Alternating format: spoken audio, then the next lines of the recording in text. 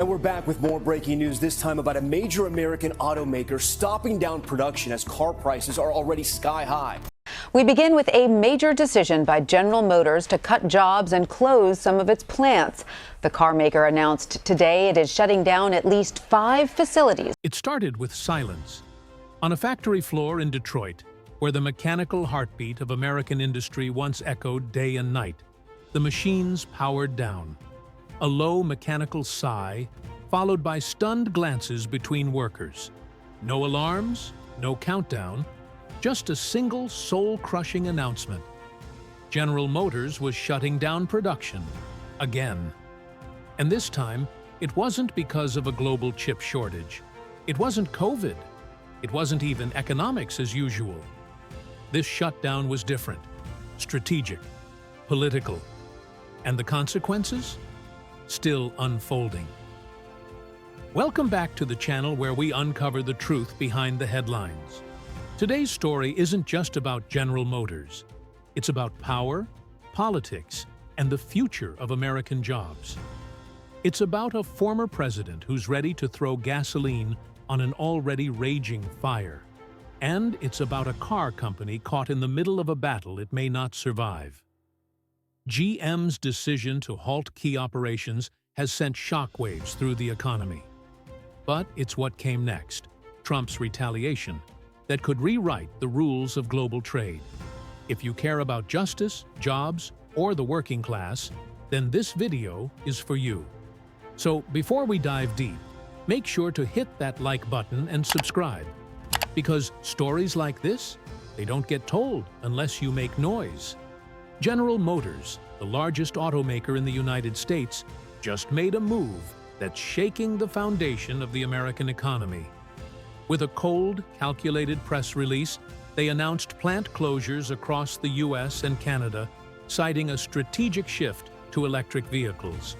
But behind that business-friendly language is something darker. Something workers on the ground are feeling in real time. In Ontario, the CMI facility was abruptly closed. Over 1,200 people, mothers, fathers, technicians, welders, were sent home with no clear return date. Then came Michigan. GM's crown jewel, Factory Zero, began scaling back production. Not just cutting hours, cutting entire shifts. When it restarts, it won't be 3 shifts, it'll be 1. That means nearly 500 jobs gone for good. GM claims it's all part of preparing for the next generation of electric vehicles. But workers aren't buying it. They know what corporate speak sounds like. And right now, it sounds like a eulogy for stable employment. Just as the dust started to settle, Donald Trump picked up the microphone and detonated a political bomb. Speaking to a roaring crowd, he accused GM of betrayal, of turning its back on American workers, of abandoning its promise to build America first. And then, in typical Trump fashion, he took it a step further, announcing a 25% tariff on all cars not built inside the United States. This wasn't a warning, it was war. Almost overnight, the tariff went into effect, and the impact was immediate. Stock markets trembled. GM slashed its profit forecasts, warning investors it could lose $5 billion just from the new policy. And they weren't alone. Ford, Stellantis, even foreign automakers like Toyota and Honda began ringing alarm bells. Trump's move might appeal to voters tired of globalization, but to the auto industry, it was a shot to the chest.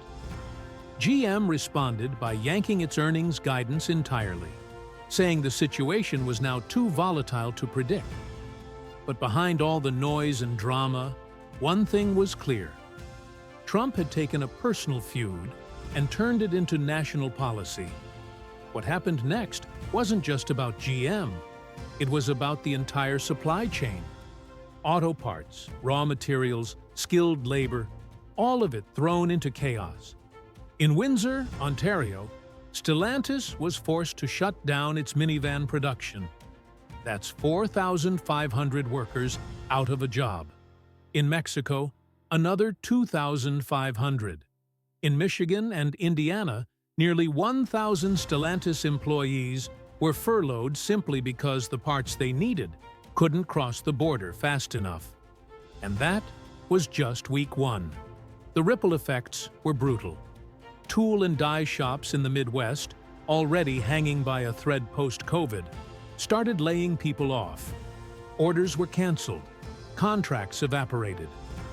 Flavio Volpi, who leads Canada's Automotive Parts Manufacturers Association, warned that between 10,000 and 12,000 jobs had already been lost in the aftermath. That number might be even higher now. And the worst part? It's not just about trade. It's about trust. Countries that once partnered with America are now retaliating, closing their markets, or jacking up prices in response. Trump's tariff wasn't just a punishment. It was a declaration of economic independence. And like any war, there are casualties. It didn't take long for the chaos to reach American consumers. As factories slowed and inventory dried up, prices at dealerships began climbing. Analysts warned that cars could soon cost $3,000 to $5,000 more, if you could even find one. Families scrambled to buy before the next price hike. Some waited hours at dealerships, only to be told, "Sorry, nothing left." And it wasn't just about cost, it was about access. Car loans became harder to secure. Interest rates crept higher.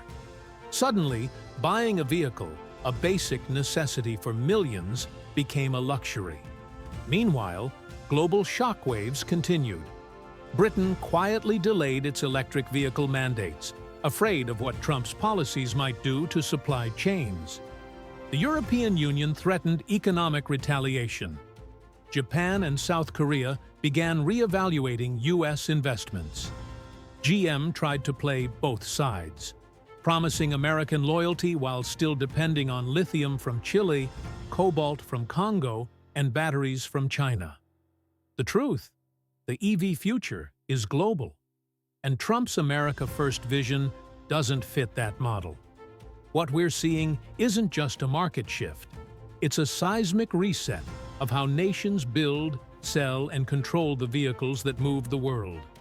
Behind the scenes, high-stakes negotiations unfolded in Washington. GM CEO Mary Barra met with Trump's advisors in a closed-door session full of tension. Trump demanded more U.S.-based production. Barra pushed back, explaining that electric vehicles require global inputs America doesn't produce. Not yet, anyway. Yes, GM is investing in battery plants in Michigan, Nevada, and Tennessee. But those facilities aren't running at full speed. They need time, minerals, and a stable global supply chain. Trump's tariffs threaten all three. Still, for the average American worker, that nuance means nothing. They see one thing: layoffs. And Trump knows it. In his speeches, he paints GM not as a company in transition, but as a traitor to the American dream. That message hits hard. Because in towns where the factory is the heart of everything, from paychecks to parades, closure feels like abandonment. GM is betting on the future. Trump is doubling down on nostalgia. And caught in the crossfire? The workers who just want a job, a wage, and a future they can count on. So what happens now? The next few months could define not just GM's fate, but the future of American manufacturing. If the company can adapt, if it can ride out the tariffs, reboot its supply chains, and deliver affordable EVs, it might survive this war. But if not, we could witness the collapse of one of America's most iconic institutions. This isn't just about economics, it's about identity. What does it mean to build something in America? What does it mean to protect jobs in a globalized world? For Trump, the answer is simple: punish betrayal, reward loyalty. For GM, it's more complicated: innovate or die. Somewhere between those two extremes, the truth lives. And it's workers who will live with the consequences. The American auto industry is being rewritten in real time. Whether it survives this chapter or burns out on the highway of political warfare depends on what we do next. If you found this story powerful, hit that like button and share it. And if you want more reporting that cuts through the noise, subscribe now. Because this isn't just news, it's your future.